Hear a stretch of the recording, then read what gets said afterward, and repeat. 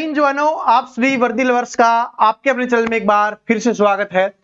दोस्तों आज हम करने वाले हैं आर्मी अग्निवीर 2025 के लिए साइंस के टॉप 60 महत्वपूर्ण प्रश्न। और ये वो प्रश्न है जिसको पढ़ेंगे हम, और जिस तरीके से साइंस का पेपर आएगा और साइंस के क्वेश्चंस के हम छक्के छुड़ाने वाले हैं, तो बहुत ही इंपॉर्टेंट क्वेश्चंस मैं आज आपके लिए लेके आया हूं जो आपके एग्जाम्स के लिए बहुत महत्वपूर्ण होने वाले हैं। आप सभी को पता है कि 30 जून से जो आपका एग्जाम स्टार्ट हो रहा है उसमें साइंस आपके लिए बहुत महत्वपूर्ण है। 15 क्वेश्चंस आने वाले हैं, यानी 30 नंबर की आपकी साइंस आने वाली है और साइंस में हमें बहुत अच्छा स्कोर करना है। तो आज शानदार क्वेश्चंस लेके आया हूं जो बार बार आपके एग्जाम्स में रिपीट होंगे, और जब पेपर में आएंगे तो इन विज्ञान के क्वेश्चंस के, साइंस के क्वेश्चंस के हम छक्के छुड़ा देंगे, आराम से इन क्वेश्चंस को करने वाले हैं। तो ये 60 क्वेश्चंस का आज आपका टेस्ट होने वाला है, तो सभी को इस टेस्ट को देना है और मैक्सिमम से मैक्सिमम स्कोर करना है। और लास्ट में हर एक स्टूडेंट कमेंट करके बताएगा कि उसका स्कोर क्या रहा, कितने क्वेश्चंस के उसने छक्के छुड़ाए हैं, ये आप सभी कमेंट करके बताना। तो पूरी क्लास को देखना, पूरे टेस्ट को देना, ईमानदारी से आंसर करना और ईमानदारी से अपना स्कोर कमेंट करना, ठीक है। चलो अब बिना देरी के शुरुआत करते हैं। पहला क्वेश्चन आपकी स्क्रीन पे आ चुका है कि रक्त कोशिकाओं यानी जो आरबीसी है आपकी, उनका मुख्य कार्य क्या है। तो आरबीसी का मुख्य काम क्या होता है ये अपने को बताना है। और देखो ये 60 क्वेश्चंस का टेस्ट है। 60 में से आज देखते हैं कितने स्टूडेंट 50 प्लस स्कोर करते हैं। अगर आपने 50 प्लस स्कोर कर दिया, इसका मतलब है कि आपकी तैयारी शानदार चल रही है, जानदार चल रही है, जबरदस्त चल रही है। बस आप वर्दी से एग्जाम होने तक की देरी तक दूर हो, जब तक आपका फाइनल रिजल्ट नहीं आ जाता। चलो, तो रक्त कोशिकाएं जो आरबीसी है उनका मुख्य काम क्या होता है। उनका मुख्य काम होता है ऑक्सीजन को ले जाना। तो option number B correct answer हो जाएगा। और अगर आपसे डब्ल्यूबीसी के बारे में पूछे, व्हाइट ब्लड सेल्स के बारे में पूछे, श्वेत रक्त कणिकाओं के बारे में पूछे, श्वेत रक्त कोशिकाओं के बारे में पूछे, तो वो कौन सी हो जाएंगी, फाइट यानी संक्रमण से लड़ने के लिए, ठीक है। तो संक्रमण से लड़ने का काम किसका होता है, व्हाइट ब्लड सेल का होता है। और ऑक्सीजन ले जाने का काम किसका होता है, लाल रक्त कोशिकाओं का होता है, ठीक है। चलो, हमें रोगों से बचाती कौन सी है, डब्ल्यूबीसी है, व्हाइट ब्लड सेल्स बचाती है। रक्त का कौन सा घटक थक्का बनाने में मदद करता है। विटामिन तो हम पढ़ते हुए आ रहे हैं, लेकिन एग्जाम में विटामिन के साथ साथ आपसे यह भी पूछ लेता है कि रक्त का कौन सा घटक है जो थक्का बनाने में मदद करता है। थक्का बनाने में कौन सा मदद करता है बताइए। तो आंसर सभी का आ गया होगा। तो जो प्लेटलेट्स होती हैं वो रक्त का थक्का बनाने में महत्वपूर्ण भूमिका निभाती हैं। और विटामिन की बात करें तो विटामिन कौन सा है, विटामिन के है, ठीक है। तो अगर विटामिन पूछे तो विटामिन के हो जाएगा, रक्त का घटक पूछे तो वो कौन सा हो जाएगा, आपका प्लेटलेट्स हो जाएगा। आगे बढ़ते हैं, अगले क्वेश्चन पे चलते हैं कि मानव रक्त का पीएच स्तर क्या होता है। मानव रक्त का पीएच मान कितना होता है ये अपने को बताना है। तो आंसर सभी का आ गया होगा, बहुत प्यारा क्वेश्चन है। तो क्या हो जाएगा, 7.35 से लेकर 7.45 तक। अगर 2 दिया हुआ है ना तो ऐसे देगा, और अगर 1 ही दिया होगा तो 7.4 आपको दे देगा, जो इन दोनों के बीच में होता है, ठीक है। 7.4 क्या हो गया, इन दोनों के बीच में हो गया। तो रक्त का पीएच मान क्या होता है, इनके बीच में होता है 7.35 या 7.45। याद कर लो, 7.4 होता है रक्त का पीएच मान। आगे बढ़ते हैं, अगला क्वेश्चन देखिए कि मानव शरीर का सबसे बड़ा अंग कौन सा है। बहुत प्यारा क्वेश्चन है, कल भी मैंने आपको याद करवाया था। तो मानव शरीर का सबसे बड़ा अंग कौन सा हो जाएगा, तो त्वचा है वो मानव शरीर का सबसे बड़ा अंग हो जाएगा। क्या हो जाएगा भाई, त्वचा है मानव शरीर का सबसे बड़ा अंग हो जाएगा। स्वर तंत्र यानी जो अपने वोकल कॉर्ड्स होते हैं वो कहां पर स्थित होते हैं। स्वर तंत्र या वोकल कॉर्ड्स जो होते हैं वो कहां पर स्थित होते हैं ये अपने को बताना है।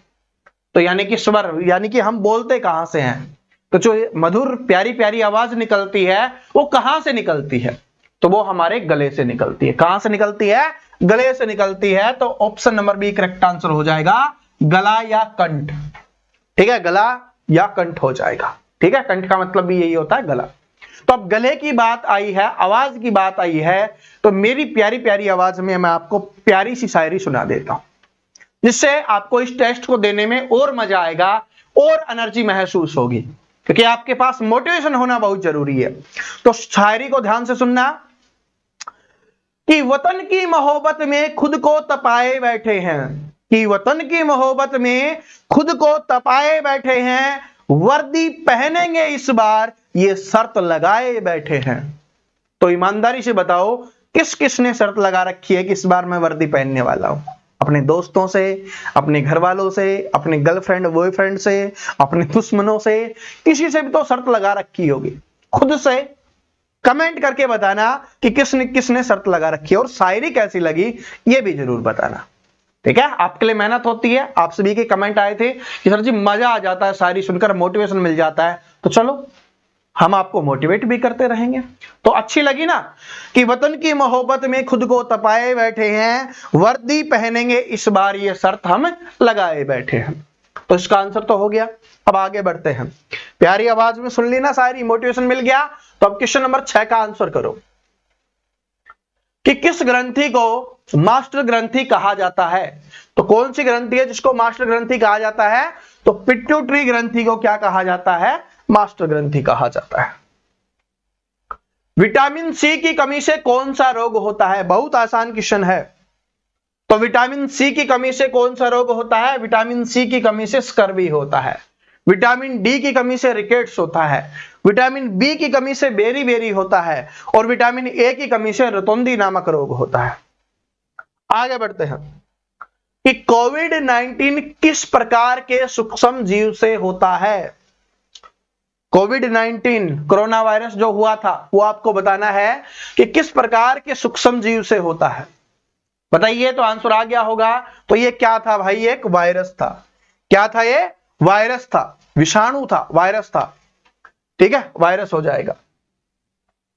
आगे बढ़ते हैं कि तपेदिक किस अंग को प्रभावित करता है?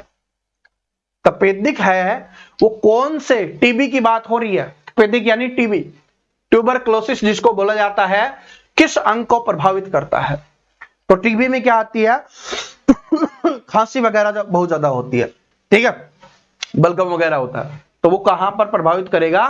फेफड़ों को प्रभावित करता है। तो option number B correct answer हो जाएगा।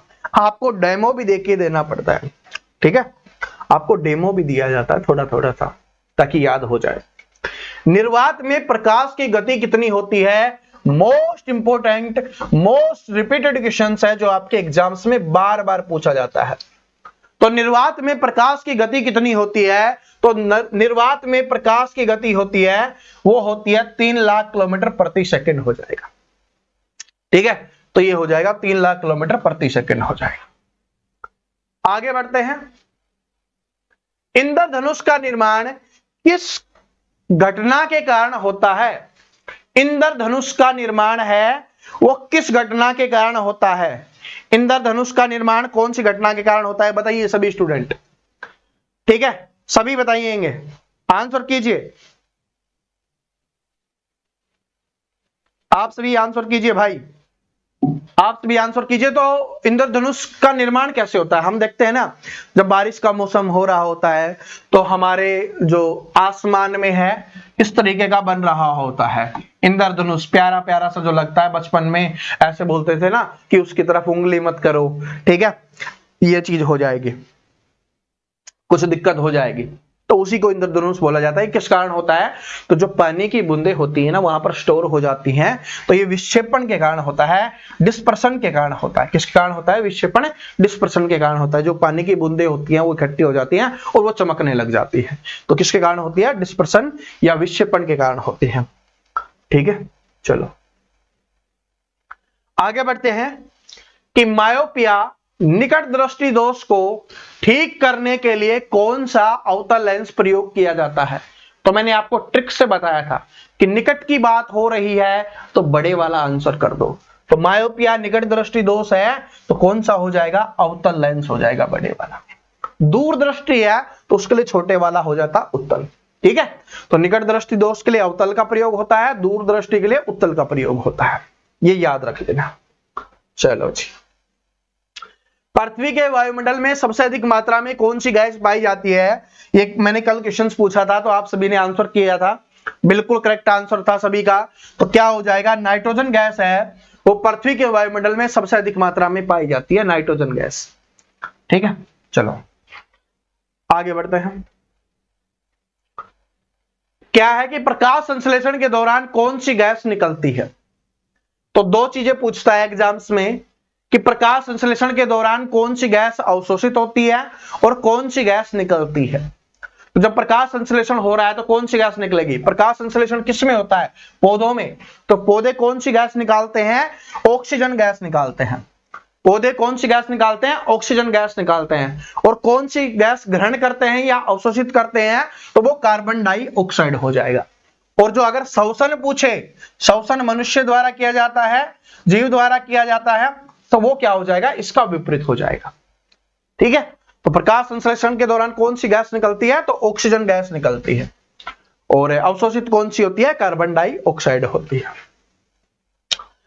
एलपीजी का मुख्य रूप से किन गैसों से बनी होती है? जो एलपीजी होती है वो मुख्य रूप से किन दो गैसों से बनी होती है, ये अपने को बताना है।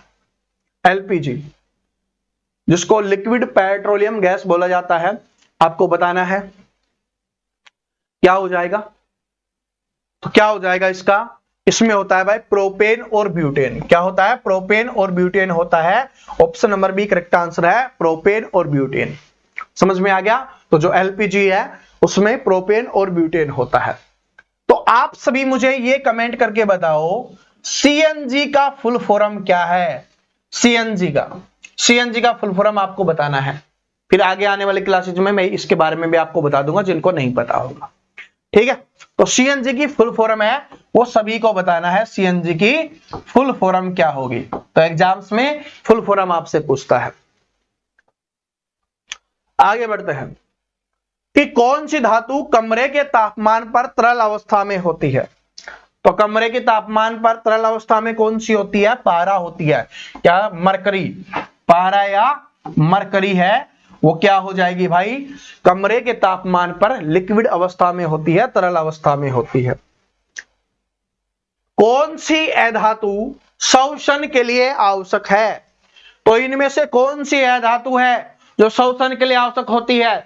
तो ऑक्सीजन अधातु होती है जो क्या है? श्वसन के लिए।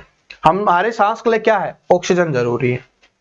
ठीक है, बिजली के तार को बनाने में कौन सी धातु का प्रयोग किया जाता है?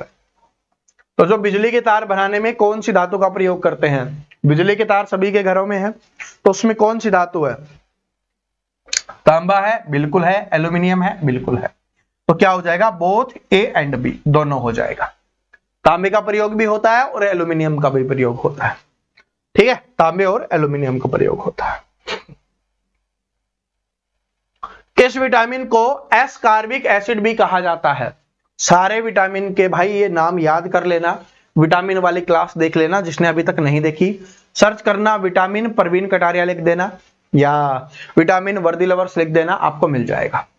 ठीक है, प्रवीण कटारिया लिखते ही आपको मिल जाएगा, टेंशन मत लो। किस विटामिन को एस्कॉर्बिक एसिड कहा जाता है? तो विटामिन सी को कहा जाता है। ठीक है, विटामिन सी को। विटामिन डी की कमी से क्या होता है? तो विटामिन डी की कमी से क्या होता है? तो रिकेट्स नामक रोग हो जाता है। ठीक है, रिकेट्स नामक रोग हो जाता है। कौन सा विटामिन रक्त का थक्का बनाने में मदद करता है? अभी मैंने बताया था, तो सभी मेरे प्यारे प्यारे भाई बहन है, इसका आंसर है वो कमेंट करके मुझे बताएंगे कि कौन सा विटामिन है जो रक्त का थक्का बनाने में काम करता है। ठीक है, चलो आंसर सभी को पता है, मैं बता भी चुका हूं, इसलिए आपसे पूछा है। कोशिकाओं का अध्ययन है किसमें किया जाता है? कोशिकाओं का अध्ययन क्या कहलाता है, ये अपने को बताना है। तो कोशिका के अध्ययन को क्या कहा जाएगा? उसको कोशिका विज्ञान कहा जाएगा। क्या कहा जाएगा? कोशिका विज्ञान या साइटोलॉजी उसको कहा जाएगा। तो option number B correct answer हो जाएगा। कोशिकाओं के अध्ययन को क्या कहा जाएगा? कोशिका विज्ञान या साइटोलॉजी उसको कहा जाएगा। हृदय विज्ञान जिसको कार्डियोलॉजी कहा जाता है, तो एग्जाम्स में डायरेक्ट ये भी क्वेश्चन आ सकता है। ठीक है, कि हृदय विज्ञान या हृदय का अध्ययन है वो किस में किया जाता है, तो कार्डियोलॉजी में किया जाता है। ये अपने को ध्यान रख लेना है। तो किसका अध्ययन होगा, तो सभी को पता है हृदय का ही होगा जब हृदय विज्ञान की बात हो रही है। ठीक है। कीट विज्ञान जिसको एंटोमोलॉजी कहा जाता है, उसमें किसका अध्ययन किया जाता है, तो कीट विज्ञान में किसका होगा, कीट का होगा। लेकिन अपने को ये इंपॉर्टेंट नहीं है, इंपॉर्टेंट ये है आपसे पूछा जाएगा कि कीटों का अध्ययन किस में किया जाता है, तो एंटोमोलॉजी में किया जाता है। किस में किया जाता है, एंटोमोलॉजी, एंटोमोलॉजी में किया जाता है। ये अपने को ध्यान रख लेना है, कीटों का अध्ययन। ठीक है, चलो आगे बढ़ते हैं कि कौन सा रक्त समूह सर्वात्रिक दाता होता है, जो सभी को अपना रक्त दे सकता है, यूनिवर्सल डोनर जिसको बोला जाता है। तो ओ क्या होता है, यूनिवर्सल डोनर होता है, सर्वात्रिक दाता। और सार्वत्रिक ग्राही कौन सा होता है, सर्वग्राही कौन सा होता है, ए बी होता है, जो सभी के रक्त को ग्रहण कर सकता है। ये सभी से रक्त ले सकता है, ये सभी को रक्त दे सकता है। ठीक है, चलो हीमोग्लोबिन में कौन सी धातु आयन होता है, तो हीमोग्लोबिन में कौन सा धातु आयन होता है, तो हीमोग्लोबिन रक्त में पाया जाता है। और कौन सी धातु होती है उसमें, आयरन धातु होती है। क्या हो जाएगी, आयरन हो जाएगा, लोहा हो जाएगा। लाल रक्त कोशिकाओं की आयु कितनी होती है, बहुत प्यारा क्वेश्चन। लाल रक्त कोशिकाओं का जीवन काल कितना होता है, 120 दिन का उनका जीवन काल होता है लाल रक्त कोशिकाओं का। और WBC जो व्हाइट ब्लड सेल है, इनका जीवन काल नहीं होता है, ये बनती रहती है, खत्म होती रहती है, फिर बनती रहती है, फिर खत्म होती रहती है। ठीक है, क्योंकि इनका काम क्या होता है, संक्रमण से हमें बचाना, रोगों से लड़ने के लिए जो सहायता की जाती है वो WBC के द्वारा की जाती है। ठीक है, एक वयस्क मानव के शरीर में कितनी हड्डियां होती हैं, मैंने आपको पिछले दोनों क्लासेस में याद करवाया है। तो आप सभी इसका आंसर कमेंट करो। आपको सिर्फ ये कमेंट नहीं करना कि मानव शरीर में कितनी हड्डियां होती हैं, आपको ये भी करना है कि नवजात शिशु के अंदर कितनी हड्डियां होती हैं, क्योंकि साथ में मैं हमेशा ये भी बताता हूं मैं आपको। तो नवजात शिशु का भी आपको कमेंट करके बताना है और मानव शरीर का भी आपको कमेंट करके बताना है कि कितनी हड्डियां हैं। ठीक है, क्वेश्चन नंबर 29 के ऊपर चलते हैं कि मस्तिष्क का कौन सा भाग संतुलन नियंत्रित करता है। ठीक है, जो हमारा दिमाग है ना, ये पूरी चीजों को कंट्रोल करता है। ठीक है, पूरी चीजों को कंट्रोल करता है। तो आपको बताना है कि मस्तिष्क का कौन सा भाग है जो संतुलन नियंत्रित करता है। तो कौन सा भाग हो जाएगा, ध्यान से पढ़ना, गलती मत करना। तो इसमें क्या हो जाएगा, सेरेबेलम हो जाएगा, सेरेब्रम नहीं, सेरेबेलम हो जाएगा। ठीक है, सेरेब्रम कौन सा है, अपना प्रमस्तिष्क वाला है जो आपके एग्जाम्स में आता है। ठीक है, मस्तिष्क प्रमस्तिष्क वाला है। ठीक है, तो ये क्या है, इसका हो जाएगा मस्तिष्क का कौन सा भाग संतुलन नियंत्रित करता है, तो सेरेबेलम। ठीक है जी, चलो आगे बढ़ते हैं कि पित्तरस किस अंग द्वारा स्रावित होता है। तो पित्तरस किस अंग द्वारा स्रावित होगा, तो ये यकृत द्वारा हो जाएगा, लीवर द्वारा हो जाएगा। डेंगू किस मच्छर से फैलता है, तो अगर मलेरिया की बात करें तो वो मादा एनाफ्रीज मच्छर से फैलता है। और डेंगू कौन से फैलता है, एंडीज से फैलता है, एंडीज मच्छर से। कल ही मैंने याद करवाया था। ठीक है, तभी तो आपका टेस्ट ले रहे हैं कि आपको जो अभी याद करवाया है, जो आपको याद है, बस उसका एक बार रिवीजन कर लो। इससे क्या होगा, दो चीजें हो रही हैं, आपका टेस्ट हो रहा है तो जिसको जो याद है वो आपका स्कोर रहेगा, नहीं याद है तो याद हो जाएगा। और साथ में क्या है कि आपका रिवीजन हो जाएगा, क्योंकि अगर आप रिवीजन नहीं करोगे तो याद होते हुए भी एग्जाम तक आप भूल जाओगे। और वो एक डायलॉग है ना कि अंजलि तुम मुझे भूल जाओ, ये मैं होने नहीं दूंगा, ऐसे ही था कुछ। ठीक है, और मैं तुम्हें भूल जाऊं ये हो नहीं सकता, ऐसे था, है ना, कि मैं तुम्हें भूल जाऊं ये हो नहीं सकता, और तुम मुझे भूल जाओ ये मैं होने नहीं दूंगा, हिदायत मेरी माँ है। ये वाला डायलॉग है ना, बड़ा प्यारा डायलॉग है बॉर्डर मूवी का। ठीक है यार, आज आवाज नहीं आ रही सुनील शेट्टी वाली, क्योंकि काफी टाइम हो गया ना, पढ़ाते अब इन्हीं चीजों में लगे हैं। पहले बड़ी प्यारी एक्टिंग करते थे भाई, आवाज बड़ी निकाल लेते थे थोड़ी थोड़ी। ठीक है, तो किस विटामिन की कमी से रतौंधी होता है, विटामिन ए की कमी से रतौंधी होता है। धर्मेंद्र पाजी हो गया, सन्नी पाजी हो गया, ठीक है, सुनील शेट्टी हो गया, राजकुमार हो गया, देवानंद साहब हो गए, इन सभी की निकाल लिया करते थे। ठीक है, चलो। आयोडीन की कमी से कौन सा रोग होता है? तो आयोडीन की कमी से घेंगा रोग हो जाता है। ठीक है, आयोडीन की कमी से घेंगा रोग हो जाता है, तो इसलिए टाटा साल्ट में पाया जाता है आयोडीन। थोड़ा थोड़ा खाते रहो, सही रहेगा, घेंगा रोग नहीं होगा। ज्यादा खाओगे तो फिर दिक्कत होना शुरू हो जाएगा। ठीक है, हर चीज की अति खराब है, ये बात याद रख लेना। प्यार भी अत्यधिक करोगे खराब है, छोड़ के चली गई तो दिक्कत हो जाएगी, बड़ी मुश्किल से निकला जाता है फिर। ठीक है, पुराने जख्म मत खुरे दो। चलो, प्रकाश का किस माध्यम से गुजरते समय मुड़ने की घटना को क्या कहते हैं? ध्यान से पढ़ो कि प्रकाश का किसी माध्यम से गुजरते समय मुड़ने की घटना को क्या कहा जाता है, ये अपने को बताना है।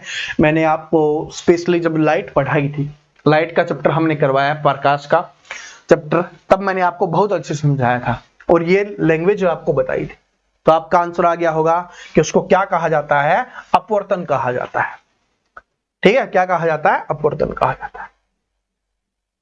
ये तो सेम ही है, आंसर चेक कर लो क्या है, अपवर्तन ही है, रिफ्रैक्शन ही है।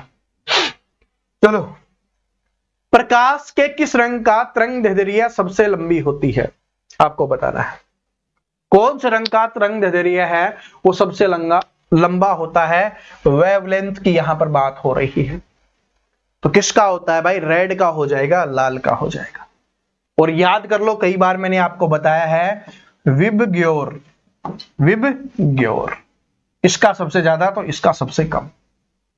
ठीक है, उत्तल लेंस हमेशा किस प्रकार का प्रतिबिंब बनाता है? तो उत्तल लेंस से किस प्रकार का प्रतिबिंब बनाता है? तो उत्तल लेंस पे वास्तविक और उल्टा प्रतिबिंब बनता है। कैसा बनता है? वास्तविक और उल्टा प्रतिबिंब बनता है। ठीक है, उत्तल लेंस पे हमेशा वास्तविक और उल्टा प्रतिबिंब बनता है। किस गैस को हास्य गैस या लाफिंग गैस कहा जाता है? ये इंपॉर्टेंट क्वेश्चन है, बहुत बार आपके एग्जाम्स में आया हुआ क्वेश्चन है। तो किस गैस को हास्य गैस या लाफिंग गैस कहा जाता है? यानी अगर इस गैस को हमने ग्रहण कर लिया ना, तो फिर ऑटोमेटिक हंसी आने लग जाती है। अगर थोड़ी ज्यादा मात्रा में ग्रहण कर लिया तो वो कौन सी हो जाएगी? नाइट्रस ऑक्साइड है। तो नाइट्रस ऑक्साइड वो गैस है जिसको लाफिंग गैस या हास्य गैस के नाम से जाना जाता है। ग्रीन हाउस प्रभाव के लिए कौन सी गैस उत्तरदायी होती है? तो ग्रीन हाउस प्रभाव के लिए कौन सी है? कार्बन डाइऑक्साइड है, कार्बन डाइऑक्साइड है। बहुत बार मैं क्वेश्चंस करवा चुका हूं। बिजली के बल्बों में कौन सी गैस भरी जाती है, ये अपने को बताना है। तो जो बिजली के बल्ब होते हैं, ये अपने बिजली के बल्ब होते हैं ना, उनमें कौन सी गैस भरी जाती है, ये अपने को बताना है। तो उनमें कौन सी होती है भाई? आर्गन गैस होती है। कौन सी गैस भरी जाती है? आर्गन गैस भरी जाती है। ये इंपॉर्टेंट क्वेश्चन है। ठीक है, इंपॉर्टेंट क्वेश्चन है। और ऐसा ही एक पूछा जाता है कि जो बिजली के बल्ब होते हैं उनमें वो बना हुआ होता है, वो किसका होता है? तो वो टंगस्टन का बना हुआ होता है, फिलामेंट। ठीक है, कि बिजली के बल्ब का जो फिलामेंट है वो किसका बना हुआ होता है? तो वो टंगस्टन का बना हुआ होता है। ये भी एग्जाम्स में काफी बार क्वेश्चन आता है। कौन सी धातु विद्युत की सबसे अच्छी सुचालक होती है? तो विद्युत की सबसे अच्छी सुचालक मैंने आपको बताया था कि चांदी है, वो विद्युत की सबसे अच्छी सुचालक होती है, लेकिन इसका तारों वगैरह में प्रयोग क्यों नहीं करते हम? क्योंकि ये महंगी होती है। क्या है कि भाई? महंगी होती। आगे बढ़ते हैं। किस धातु का उपयोग जल शुद्धिकरण में किया जाता है? जल को शुद्ध करने के लिए कौन सी अधातु का प्रयोग किया जाता है? बताओ, किस अधातु का उपयोग है जल को शुद्धिकरण में किया जाता है? शुद्ध करने के लिए, स्वच्छ साफ सुथरा बनाने के लिए किसका प्रयोग किया जाता है? तो उसके लिए क्लोरीन गैस का प्रयोग किया जाता है। किस गैस का प्रयोग किया जाता है? क्लोरीन गैस का प्रयोग किया जाता है जल को शुद्ध करने के लिए, शुद्धिकरण के लिए। क्लोरोफिल में कौन सी धातु उपस्थित होती है? तो क्लोरोफिल होता है, उसमें कौन सी धातु उपस्थित होती है? ये मैं आपको बहुत बार करवाया। मैंने आपको वनस्पति विज्ञान के क्वेश्चंस करवाए थे, तब भी आपको करवाया था, बॉटनी वाले क्वेश्चंस करवाए तब भी, और कल परसों क्लास हुई थी उसमें भी मैंने आपको करवाया था। तो अब बताओ क्लोरोफिल में कौन सी धातु उपस्थित होती है? तो इसमें कौन सी होती है भाई? मैग्नीशियम धातु उपस्थित होती है। कौन सी होती है? मैग्नीशियम जो धातु है वो उपस्थित होती है क्लोरोफिल में। ठीक है, क्लोरोफिल में। कौन सा विटामिन मानव शरीर को सूर्य के प्रकाश संश्लेषित होता है? तो विटामिन डी हो जाएगा, जिसकी कमी से रिकेट्स नामक रोग होता है। ठीक है, चलो। विटामिन B1 की कमी से क्या होता है? तो विटामिन B1 की कमी से बेरी रोग होता है। देखो, विटामिन पढ़े हुए हमें काफी समय हो गया था, तो आज विटामिन के बहुत सारे क्वेश्चंस का रिवीजन आपका हो गया है, तो अब विटामिन याद हो गया होगा। और जिनको विटामिन के और अच्छे क्वेश्चंस करने हैं तो विटामिन की स्पेशल वाली क्लास देख लेना, अपने इसी चैनल पे अवेलेबल मिल जाएगी। ठीक है, इसी पे है कि आप दूसरे वाले पे देख लेना यार। ठीक है, लिख देना विटामिन परवीन कटारिया, मिल जाएगी आपको। जो भी आपको टॉपिक पढ़ना हो ना, कि याद करना हो, तो टॉपिक का नाम लिखो और साथ में आगे लिख दो बस परवीन कटारिया, स्पेलिंग देख लेना। वैसे तो यूट्यूब सही कर देगा, फिर भी आप देख लेना परवीन कटारिया। ठीक है, चैनल का नाम भी है। ठीक है, वर्दी लवर्स पे भी परवीन कटारिया लिखा हुआ है और इस पे भी परवीन कटारिया है, तो देख लेना स्पेलिंग। रक्त का थक्का बनाने के लिए कौन सा विटामिन आवश्यक है? तो ये विटामिन के हो जाएगा। ठीक है, चलो। जीवाश्मों का अध्ययन क्या कहलाता है? तो जीवाश्मों का अध्ययन क्या कहलाएगा भाई? जीवाश्म विज्ञान कहा जाएगा, जिसको पैलेंटोलॉजी कहा जाएगा, पैलेंटोलॉजी। तो ऑप्शन नंबर 1 करेक्ट आंसर हो जाएगा कि जीवाश्मों का अध्ययन किसमें होता है? जीवाश्म विज्ञान या पैलेंटोलॉजी में किया जाता है। ओनकोलॉजी में किसका अध्ययन किया जाता है? ओनकोलॉजी में किसका अध्ययन होता है? ये इंपॉर्टेंट क्वेश्चन है, बहुत बार एग्जाम्स में आया हुआ है। ओनकोलॉजी में, तो ओनकोलॉजी में किसका अध्ययन किया जाता है? कैंसर का। किसका? कैंसर का अध्ययन किया जाता है, कैंसर का। बहुत खतरनाक बीमारी है। भूकंपों का अध्ययन किसमें किया जाता है? भूकंपों का। तो भूकंपों का अध्ययन किसमें होगा? भूकंप विज्ञान में। और भूकंप विज्ञान को क्या कहा जाता है? सेस्मोलॉजी कहा जाता है, सेस्मोलॉजी कहा जाता है। ठीक है, स्पेलिंग आप देख लेना, आप क्या प्रोनाउंस करते हो वो देख लेना। तो भूकंपों का अध्ययन भूकंप विज्ञान में किया जाता है। चलो, कौन सी गैस पृथ्वी को यूवी किरणों से बचाती है? देखो, मैं आपकी हर एक बात मानता हूं जो आप कमेंट में बोलते हो। ठीक है, मैं बिल्कुल छोटे बाल रखता था, बिल्कुल ही छोटे। ठीक है, आप उसको गंजी या टकली भी बोल सकते हो, लेकिन आपने बोला सर आप छोटे बाल क्यों रखते हो, आप थोड़े बड़े रखा करो, थोड़े अच्छे लगोगे। तो देखो, थोड़े बड़े भी कर ले, तो आपकी हर एक बात मानते हैं। ठीक है, चलो। कौन सी गैस पृथ्वी को यूवी किरणों से बचाती है? पैराबैंगनी किरणों से तो कौन सी हो जाएगी? ओजोन परत हो जाएगी, ओजोन गैस हो जाएगी।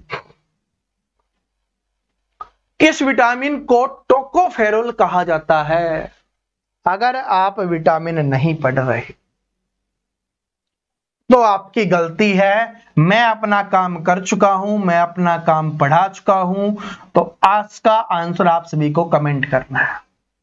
अगर कमेंट नहीं करोगे इसका मतलब यही समझा जाएगा कि आपको याद नहीं है। ठीक है, तो ये आपको बताना है। जो क्वेश्चंस हमने छोड़े हैं ना, उनको माइनस करके आप कमेंट करना कि आपका स्कोर क्या रहा है। ठीक है, क्योंकि 2-4 क्वेश्चंस हमने छोड़ दिए हैं और वो तो आप सभी को याद ही होगा, तो आप पूरे 60 में से 60 में ही बताना क्या स्कोर रहा है आपका। ठीक है, और इसका आंसर है कमेंट बॉक्स में देख लेना, दिख जाएगा। थर्मामीटर में किस धातु का उपयोग किया जाता है? तो थर्मामीटर में कौन सी धातु होती है? पारा होती है। ठीक है, कौन सी धातु होती है? पारा होती है। किस विटामिन की कमी से स्कर्वी रोग होता है? तो विटामिन सी की कमी से स्कर्वी रोग होता है। आंख का कौन सा भाग प्रवेश करने वाले प्रकाश की मात्रा को नियंत्रित करता है? यह इंपॉर्टेंट क्वेश्चन है। तो आंख का कौन सा भाग है जो प्रकाश, आंख के अंदर जो प्रकाश प्रवेश करता है उसके भाग को नियंत्रित करता है, उसकी मात्रा को नियंत्रित करता है? तो वो कौन सा हो जाएगा? तो वो कौन सा हो जाएगा? आइरिस हो जाएगा। कौन सा हो जाएगा भाई? आइरिस हो जाएगा। ठीक है, आइरिस हो जाएगा। श्वसन के दौरान कौन सी गैस उत्पन्न होती है? प्रकाश संश्लेषण वाला अलग था, ये श्वसन वाला है। तो हम सांस लेते हैं तो कौन सी गैस निकलती है? तो कार्बन डाइऑक्साइड है, वो निकलती है। कौन सी उत्पन्न होती है? Carbon dioxide. कौन सी ग्रहण करते हैं, कौन सी अवशोषित करते हैं? तो वो हो जाएगी ऑक्सीजन। ठीक है, मैंने बताया था ना कि श्वसन में इसका विपरीत है। तो अब ये समझ लो कि प्रकाश संश्लेषण में इसका विपरीत है। मानव शरीर का सबसे कठोर प्राकृतिक पदार्थ कौन सा है? तो मानव शरीर का सबसे कठोर प्राकृतिक पदार्थ कौन सा है? तो वो है इनामल, दंतवल्लक जिसको बोला जाता है। अपना जो दांत के ऊपर जो परत होती है ना, तो उसको इनामल बोलते हैं। तो वो सबसे कठोर भाग होता है। आग में जब जलाया जाता है ना, तब भी क्या है कि दांत रह जाते हैं, नहीं जलते हैं। क्योंकि उनके अंदर इनामल होता है, उनके ऊपर वाली जो परत होती है, ठीक है, इनामल होती है जो सबसे कठोर होती है। चलो, यकृत लीवर का अध्ययन किसमें किया जाता है?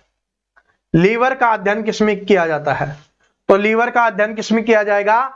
हेपेटोलॉजी में कहा जाएगा। किसमें? हेपेटोलॉजी में किया जाएगा। लीवर का अध्ययन किसमें किया जाएगा? हेपेटोलॉजी में किया जाएगा। किसमें? हेपेटोलॉजी में, यकृत लीवर का, ठीक है, सॉरी। देखो अपने बायोलॉजी में जो जो अध्ययन होता है ना, सारे के सारे मैं करवा दिया, जो इंपॉर्टेंट है आपके एग्जाम्स में आता है, तो आपको पता भी नहीं चला और आपकी ये नई चीज भी याद हो गई। आज एक टॉपिक आपका कवर हो गया, लॉजी वाला, जो आपके जीव विज्ञान में पूछा जाता है, ठीक है, और टेस्ट भी हो गया, रिवीजन भी हो गया और एक टॉपिक भी आपका तैयार हो गया, ठीक है, इस तरीके से। तो इसका रिवीजन जरूर कर लेना दोबारा से, अगर जिसको याद नहीं है ना, ठीक है, एक बार से याद नहीं होंगे ये, तो इनको नोट कर लेना और याद कर लेना, ठीक है। और मैं लिस्ट डाल दूंगा, आपको भी लिस्ट बनाने की आवश्यकता नहीं है। मुझे पता है कि दोबारा आप वीडियो देखने की हिम्मत करोगे नहीं, क्योंकि मैं जानता हूं नहीं करोगे, क्योंकि आपके से निकल चुका हूं ना, तो मुझे पता है, ठीक है, क्योंकि स्कूल में ही कभी मैंने कॉपी नहीं लगाई, तो मैं आपको कैसे बोल सकता हूं। तो इसलिए मैं आपको डाल दूंगा टेलीग्राम और इंस्टाग्राम दोनों पे। तो जो टेलीग्राम और इंस्टाग्राम पे नहीं जुड़ा हुआ, जुड़ जाना भाई। तो दृष्टि के लिए कौन सा विटामिन आवश्यक होता है? तो विटामिन ए है, वो दृष्टि के लिए आवश्यक होता है, ठीक है, विटामिन ए। और विटामिन ए प्रमुख रूप से किसमें पाया जाता है? मुख्य रूप से अपनी गाजर में पाया जाता है, जो सर्दियों के मौसम में चलती है ना, वो वाली गाजर, वो ज्यादा इंपॉर्टेंट होती है, अच्छी वाली गाजर, ठीक है। और ब्लैक कलर की गाजर है तो वो और भी अच्छी हो जाएगी। और विटामिन सी खट्टे फलों में पाया जाता है, ये भी ध्यान रख लेना, एग्जाम्स में आता है, जो घाव भरने में महत्वपूर्ण भूमिका निभाते हैं, ठीक है, विटामिन सी। गुब्बारों को उड़ाने के लिए किस गैस का प्रयोग किया जाता है? तो गुब्बारों को उड़ाने के लिए कौन सी गैस का प्रयोग किया जाता है? तो गुब्बारे तब उड़ेंगे जब उसमें हल्की गैस भरी जाएगी, और हल्की गैस कौन सी है? हीलियम। तो क्या हो जाएगा? जो गुब्बारों में गैस भरी जाती है ना, वो कौन सी है? हीलियम। अब ये मत बोलना कि सर जी हम तो कार्बन डाइऑक्साइड भर देते हैं। गुब्बारा लिया और हम लगाया और भर देते हैं, ये वाली गुब्बारों की बात नहीं हो रही।